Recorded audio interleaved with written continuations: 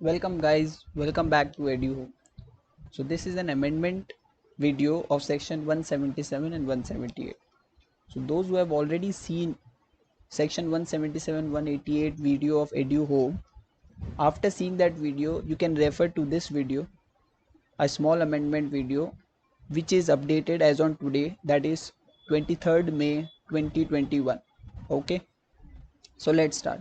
So this is the notes, the same will be shared to you through my website. Okay, so the first small amendment is in the applicability. So I've already taught you कि audit committee किसको बनाना पड़ता है, सारे listed companies को. अब उसमें amendment है, अब आपको instead of all listed company you have to write all public listed companies.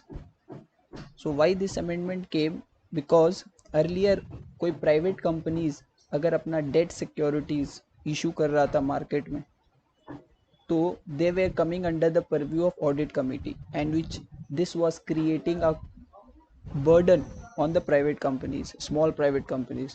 So in order to give relief, ये अमेंडमेंट लाया गया. सो ऑल लिस्टेड कंपनीज की जगह अब ऑल पब्लिक लिस्टेड कंपनीज पे ऑडिट कमिटी एप्लीकेबल होगा, बाकी same है.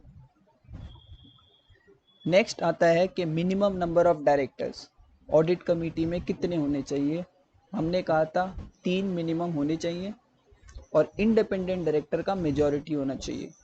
ओके, अब इसमें क्या चेंज है, इसमें कुछ चेंज नहीं है, बट यही सिंपल पॉइंट है कि सेक्शन 8 जो कंपनी है, सेक्शन 8 उसमें ये जो मेजॉरिटी वाला कंडीशन है ये एप्लीकेबल नहीं. मतलब आईडी जो है इंडिपेंडेंट डायरेक्टर, वो मेजॉरिटी में नहीं भी हो तो भी चलेगा. ठीक है, सिंपल. Moving to next. फिर हमने पढ़ा था कि रिस्पॉन्सिबिलिटीज ऑफ ऑडिट कमिटी, जिसका शॉर्टकट था IM वीर. ओके, उसमें क्या चेंजेस है, एक 1 पॉइंट में चेंजेस है. क्या, come down you see approval और modification of related party transaction. So there is a change here. Let's see the change at the end. What is the change? पहले ये था कि ऑडिट कमिटी के पास में पावर है कि वो जितने भी रिलेटेड पार्टी ट्रांजैक्शन होंगे उनका अप्रूवल देगा. सो क्या उसमें कुछ चेंज है? नहीं, अभी भी सारे रिलेटेड पार्टी ट्रांजैक्शन का अप्रूवल ऑडिट कमिटी देगा. बट एक 2 पॉइंट ऐड हुए. पहला point, you read point 5, audit committee अब ओमनीबस अप्रूवल दे सकता है. What do you mean by omnibus? Omnibus का मतलब होता है approval given at the beginning of the year for a series of transaction. मतलब एक साल में कुछ 10-15 ट्रांजैक्शन होने वाले हैं, उसका एक साथ अप्रूवल आज ही दे दिया, उसको बोलते हैं omnibus approval. So can audit committee give omnibus approval? The answer is yes. अब ओमनीबस जो अप्रूवल रिलेटेड पार्टी ट्रांजैक्शन के लिए ऑडिट कमिटी दे सकता है. Now we will read in detail after few minute about omnibus approval. और क्या amendment है? पहले ये था कि खाली रिलेटेड पार्टी ट्रांजैक्शन का approval audit committee was giving. Now power has been given for other than related party transaction. मतलब कि नाउ बोर्ड ऑफ डायरेक्टर्स अगर कोई ट्रांजैक्शन करते हैं which is not related party transaction and which is not being approved by audit committee, and audit committee को लगता है कि ये ट्रांजैक्शन सही नहीं है, then audit committee can give their recommendation to the board. You can read here. Provided further that in case of transaction other than related party 188 and where audit committee does not approve the transaction, it will give recommendation. Board को recommendation दे देगा कि we do not approve this transaction. Coming to next point में क्या है, you can read here कि up to 1 crore of non related party transaction, कि अगर कोई नॉन रिलेटेड पार्टी ट्रांजैक्शन है उसका अप टू 1 करोड़ का अप्रूवल आप ले सकते हैं ऑडिट कमिटी से बाय एनी डायरेक्टर और ऑफिसर. कंपनी का कोई डायरेक्टर ऑफिसर कोई ट्रांजैक्शन करने वाला है non related party up to 1 crore, तो वो ऑडिट कमिटी से अप्रूवल ले सकता है. Coming to next. So suppose a director is entering into any transaction up to 1 crore with non-related party. Okay, it is not a related party transaction and he did not take approval of audit committee. Audit committee का approval नहीं लिया तो what will happen? तो ये है कि audit committee का approval वो 3 महीने के अंदर ले सकता है. इन दिस पॉइंट 3 महीने के अंदर अप्रूवल ले सकता है, बट 3 महीने के अंदर भी अप्रूवल नहीं लिया. ऑडिट कमेटी का अप्रूवल नहीं लिया ट्रांजैक्शन के लिए, 3 महीने में अप्रूवल भी नहीं लिया बाद में, तो वो ट्रांजैक्शन ऑडिट कमेटी चाहे तो वॉइड डिक्लेयर कर सकता है, वॉइड. और अगर वो ट्रांजैक्शन रिलेटेड पार्टी के साथ हुआ है, डायरेक्टर का कोई रिलेटेड पार्टी है, तो वो डायरेक्टर कंसर्न जो है वो कंपनी को इंडेमनीफाई करेगा, मतलब जो भी लॉस होगा कंपनी को रिइंबर्स करेगा. I think this is clear. Now one more point. अब सपोज क्या होगा, एक रिलीफ दिया गया है कि अगर एक होल्डिंग कंपनी अपनी होली ओन सब्सिडियरी के साथ ट्रांजैक्शन करता है अदर देन आरपीटी, आरपीटी में there is no relaxation, approval लेना ही होगा, 1 रुपये का हो, रिलेटेड पार्टी के साथ हो, होल्डिंग सब्सिडियरी लेना ही पड़ेगा. अदर देन आरपीटी अगर होल्डिंग सब्सिडियरी के बीच में ट्रांजैक्शन होता है तो उसके लिए अप्रूवल नहीं लेना होगा. Okay, so this is the amendment. Now जो ओमनीबस अप्रूवल पड़ा था उसमें कुछ 2-3 पॉइंट है, सिंपल है. Let's C. फर्स्ट कि ओमनीबस अप्रूवल देने से पहले बोर्ड को कुछ क्राइटेरिया, ऑडिट कमेटी को कुछ क्राइटेरिया डिसाइड करना होगा. वो क्राइटेरिया डिसाइड करने से पहले बोर्ड से परमिशन लेना होगा, मतलब बोर्ड का अप्रूवल लेना होगा कि ये हम लोग क्राइटेरिया लेट डाउन कर रहे हैं. क्या क्राइटेरिया है?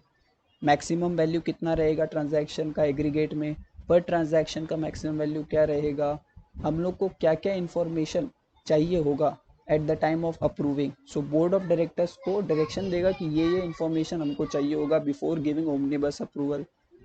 बीच बीच में ट्रांजैक्शन को इंटरवल्स में मैं रिव्यू करूंगा और ऐसे ट्रांजैक्शन स्पेसिफाई पहले से कर दो जिसके लिए ओमनीबस नहीं मिलेगा. Okay, now while deciding about these 5, what are the things to be considered by audit committee. 2 चीज़ें ध्यान रखना है. पहला कि वो ट्रांजैक्शन का रेपिटेटिवनेस क्या है, 10 बार आएंगे, 15 बार आएंगे, तो पास्ट और फ्यूचर ट्रेंड के हिसाब से देखना होगा. दूसरा, क्या ये ज़रूरी है ओमनीबस अप्रूवल देना, so interest of the company है कि नहीं. If it is of the opinion of the audit committee कि नहीं separate approval to be taken, they will say that no, separate approval has to be taken. but if it is justified कि नहीं कोई contract delay हो जाएगा अगर omnibus अगर हर बार approval लेने जाएंगे तो उस केस में in the interest of the company it will be given. Now approval का कंटेंट, ओमनीबस अप्रूवल के अंदर क्या क्या लिखा होगा, किस रिलेटेड पार्टी के साथ ट्रांजैक्शन हो रहा है, कितने साल का ट्रांजैक्शन है और क्या नेचर है, कितना अमाउंट एंटर कर सकते हैं आप उसके अंदर, क्या बेस प्राइस और कॉन्ट्रैक्टेड प्राइस है, एंड एनी अदर रिलेवेंट. सो बहुत सिंपल, आई थिंक 2-3 मिनट लगेगा उसको ग्रैस्प करने में. ओके, नेक्स्ट ये पॉइंट पढ़ लीजिए कि सपोज कीजिए ऑडिट कमेटी जो है अप्रूवल दे रहा है, ओमनीबस अप्रूवल दे रहा है, बट उसको पता नहीं चल रहा है कि what is the need of this transaction, कि वेदर ये फ्यूचर में इसका दरकार पड़ेगा कि नहीं, और अबव डिटेल्स भी अवेलेबल नहीं है. तो उस केस में बोला है कि audit committee up to 1 crore पर ट्रांजैक्शन अप्रूव कर सकता है ऐसे केसेस. ठीक है, up to 1 crore. Now omnibus approval कब तक वैलिड है, 1 साल के लिए, 1 साल बाद रिन्यू कराओ. अच्छा, कुछ ऐसे ट्रांजैक्शन है जिसमें ओमनीबस अप्रूवल ले ही नहीं सकते. What are those transaction, company का एसेट का लेना और बेचना, सेलिंग और एक्वायरिंग ऑफ कंपनीज अंडरटेकिंग और undertakings of the company, sorry, only selling और disposing, not purchasing, only selling और डिस्पोजिंग जो है these are restricted. So this is the amendment which is covered in section 177. एक small amendment और है ऊपर में, क्या, you see it's a very small amendment कि ऑडिट कमेटी का एक पावर है कि appointment, remuneration and terms of office जो है डिसाइड करता है. तो ऑडिट कमेटी अगर कोई गवर्नमेंट कंपनी है तो उसमें सिर्फ रेम्यूनरेशन डिसाइड करेगा, बाकी चीज़ें डिसाइड नहीं करेगा. Okay, so this is the amendment which is covered in section 177. Now let's see the amendment in section 178.